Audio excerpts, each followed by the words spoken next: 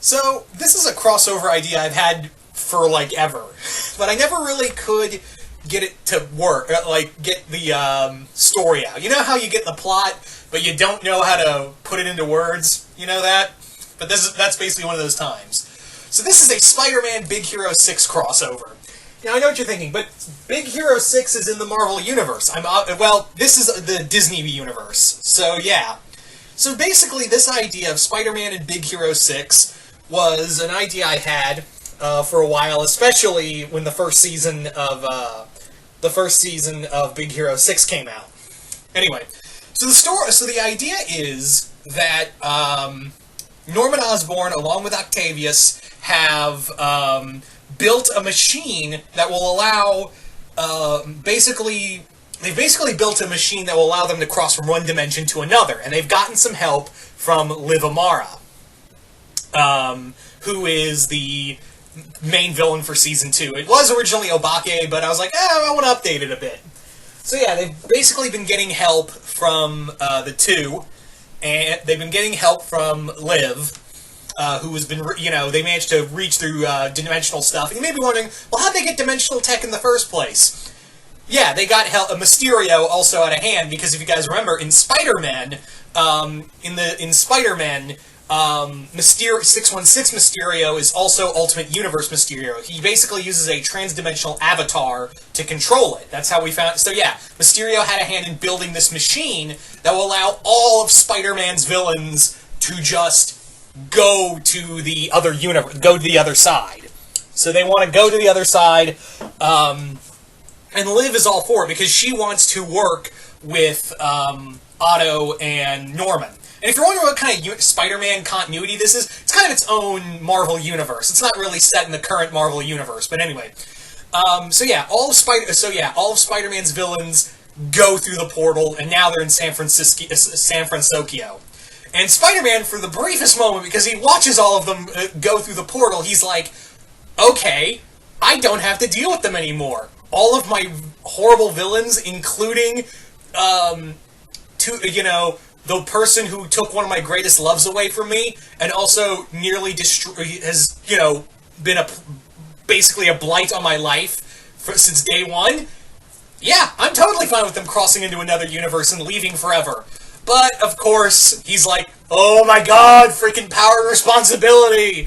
So Spider-Man goes through the portal, but the problem is that now he's kind of left in this state where now he has nothing. He has no money, has no job or anything. And all of his villains are now running around San Francisco, and he also makes a note of, hey, they've got superheroes here, Big Hero 6. It's funny, I remember, and he actually makes a note that there is a Big Hero 6 in his universe, but they are vastly different from the ones he sees here. So he has this moment of, Big Hero 6, I think there's some in my universe, isn't there? And he's already like, I freaking hate multiverse travel. I freaking hate it. So yeah. So Peter, rather than try to get a job at the local, at photography, he instead goes to SFIT to be a new teacher at the school. Yeah, if you guys remember, Spider-Man, and Peter does have a degree, a teaching degree. He does have a teacher's degree. So yeah, I wish people would use that more often.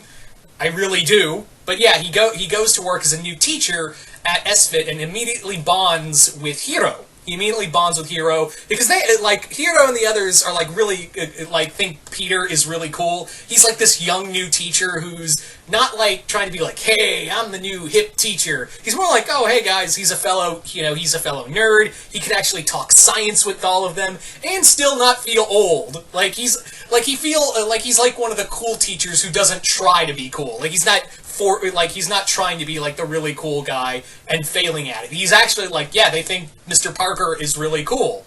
But meanwhile, Spider-Man is like, okay, gotta find all my villains and figure out a way to bring them all back to my universe in prison.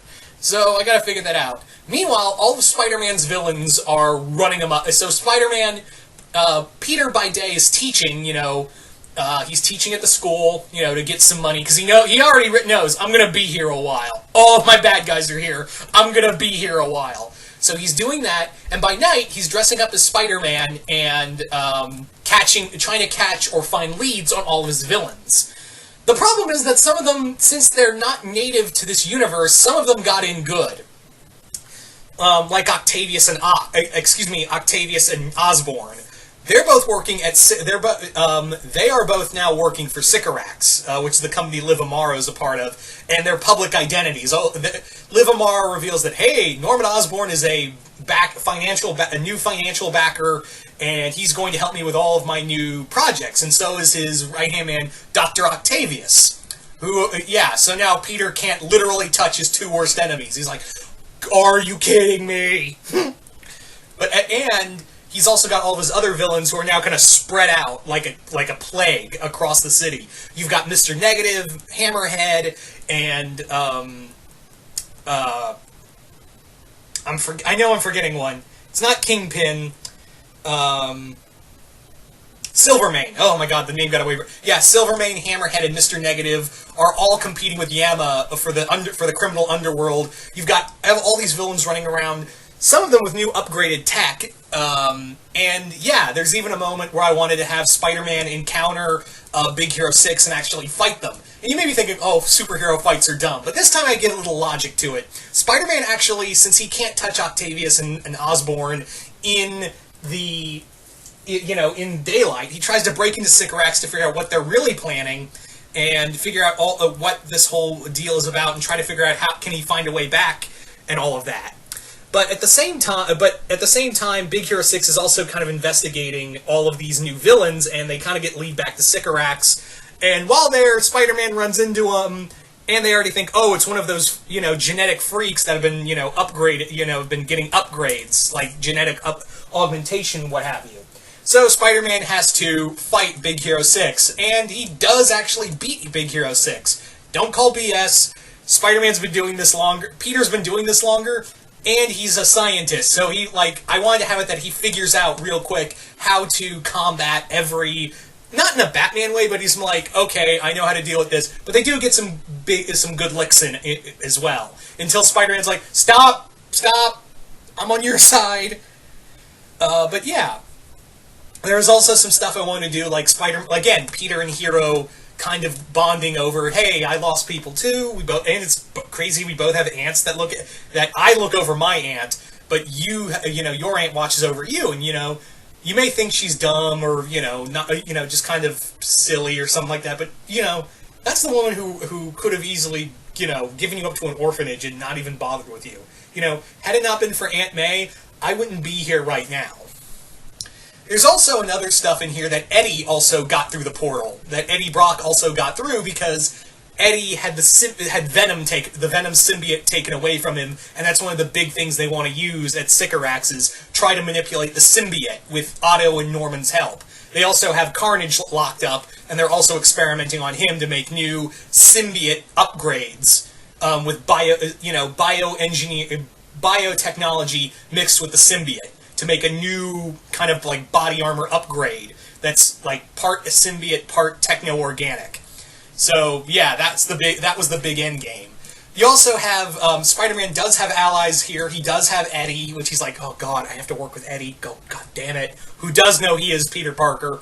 You also have Felicia here. She went through, and Morbius. So yeah, Spider-Man's like, I don't have anybody else. I literally have 3 people, one of which I can trust. Morbius and Brock? No, I can't trust them. There's also the Lizard, who he actually does manage to nullify the Lizard for a bit with Big Hero 6's help, and does get Kurt Connors. So he does have some of his enemies as allies. So that was another thing in here. We also have there was villains, and I thought of this before. What happened with High Voltage in a recent episode. But basically what happens is that High Voltage encounters Electro, and he's like, are you shitting me right now? I'll show you High Voltage, and proceeds to whip their ass. I also wanted to have it that, Honey Lemon managed to take down Sandman with Globby's help. There's also, there were so many ideas, initially, I wanted, Big Hero 6 to realize, hey, there's something really weird here, because the first villain they encounter is the Shocker. And meanwhile, Spider-Man's like taking on some of his other enemies like Stiltman and Leapfrog, and eventually they kind of meet up with one another. Anyway, so that was kind of the idea, just kind of like, what if all of Spider-Man's villains ended up in San Francisco, and what would Peter do with Big Hero 6? Because honestly, this kind of incarnation of Big Hero 6 really makes a lot of sense to hang out with Spider-Man. And who knows, maybe we could actually get Spider-Man, since he is a Marvel and Disney property now, maybe we could get him to be a part, to actually have a crossover episode, just not with the current Spider-Man cartoon version, have like its own Spider-Man, maybe. That'd be nice. Even throw Miles and Gwen in there too. But anyway, so you guys tell me in the comments below, what do you guys think of this Spider-Man Big Hero 6 crossover stories? Do you guys like it, hate it? What kind of villains would you like to have in here if this was a kind of story? And what would you do with this kind of storyline? Just comment below, let me know, and once again, hope you all enjoyed this, and I will see you guys later.